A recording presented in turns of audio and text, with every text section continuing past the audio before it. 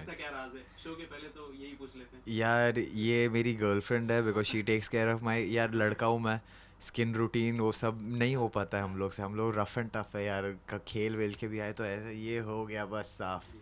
तो I think she takes care of my skin routine and everything, वो मुझे बोलती है कि भाई ये विटामिन सी लगा दो, ये मॉइस्चराइज़र लगा दो। ओके। कभी कभी तो आके मेरे स्किन पे ऐसे करती होते हैं, यू नीड मॉइस्चराइज़र। तो तो I think she takes care of it, तो ये जो भी है इट्स ऑल रहना। अच्छा, शो आ रहा है, एक्साइटमेंट लेवल कितनी है? बहुत बहुत ज़्यादा एक्साइटमेंट लेवल अगर आपको दिख नहीं रही है तो हम लोग कुत्ते जैसा शूट कर रहे हैं भाई। सुबह 10 बजे से रात को 12 बजे तक हम लोग शूट करते हैं, जी। तो नींद वींद पूरी नहीं हो पा रही है, बट यू नो व्हाट, बहुत मज़ा आ रहा है।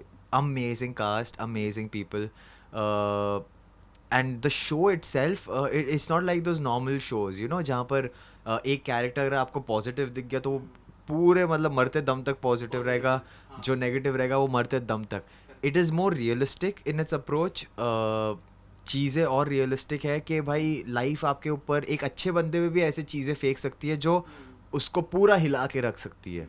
तो I think we bringing a more realistic story to you, and obviously there's a bit of fiction also involved, but the whole point is ke usko to make the whole scenario as realistic as possible. So I think it's a very different take on what we have usually seen, and I think it's fun, like people over here are amazing, all the co-stars, everyone, director, all amazing. So I think सब अपना 100% से ज़्यादा दे रहे, and I think it's going to turn out to be a very good show.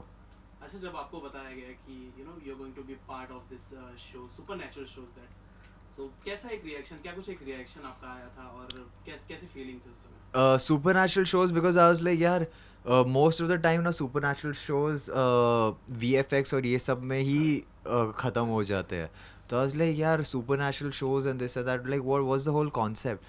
जब मैंने story सुनी, जब मैंने कैरेक्टर के डिफरेंट शेड्स देखे, आई वाज लाइक यार this is more of a, you know, instead of it being only fiction and you know make believe, instead of it being only fiction and make believe, it is more realistic.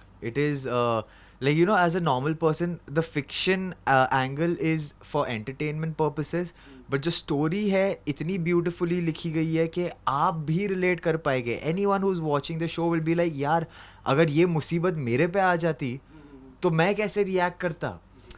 So it is a more realistic approach, और every character has so many shades कि आप हर minute में हो जाएगा कि अरे यार I didn't expect him to do this, या ये ऐसा निकला. So you know there are those moments. So I think it'll keep the audience also engaged, and everyone's giving their 100%. Yeah, so I know for sure that it's going to turn out to be a very good show. So I'm really excited. बिल्कुल। अभी तक आपने काफी shoot किया होगा और कैसा experience रहा सो फार आपका? यार अभी तो फिलहाल हमारा फर्स्ट ही डे हुआ है शूट का, तो बट जो फर्स्ट डे में ही हुआ, I think it was an amazing shoot. Everything was shot brilliantly. Our director and everyone, creatives, everyone on set, co-stars are amazing. So you know वो even I've worked with Aneri अभी. हाँ हमारे, क्योंकि मेरे mostly अभी जितने भी scenes हुए अनेरी के साथ हुए, and she is a lovely co-star यार. That you know that chemistry is so good कि when I come in with my dialogues in a certain way, she gives me that response. वो उसका response इतना अच्छा होता है कि जब मेरा नेक्स्ट डायलॉग आता है I can react well. You know कभी कभी क्या होता है कि आप एक्सपेक्ट करते हो कि अगर इसने मुझे ये चीज़ ऐसे कही तो you know I can maybe take the you know whole scene in this way, and वो नेचुरली अनेरी के साथ बैठ रहा है. तो you know it is very good, it is easy कि आप effortless, basically I wouldn't even say easy, it is effortless.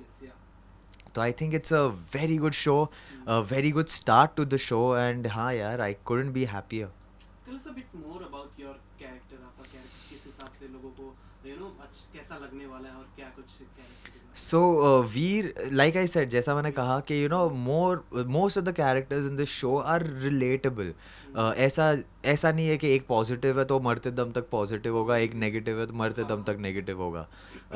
It is basically कि लाइफ कैसे you know आपको उठा के वो हर्डल्स फेंकती है, और आप उसको कैसे you know ओवरकम करते हो, या आप you know वो हर्डल से टकरा कर गिर जाते हो. तो it is all about that यार, तो वही होने वाला है मेरे साथ भी. This guy, he's lived the best life. He's an NRI. He's come back, well educated, polished, belongs to a very good family. तो इसे कोई चीज़ की कमी नहीं है ना, इसके लाइफ में कोई ऐसा हुआ, कुछ ऐसा हुआ है जिसके वजह से he is become a little ये कि भाई मेरे को समझ में नहीं आ रहा है.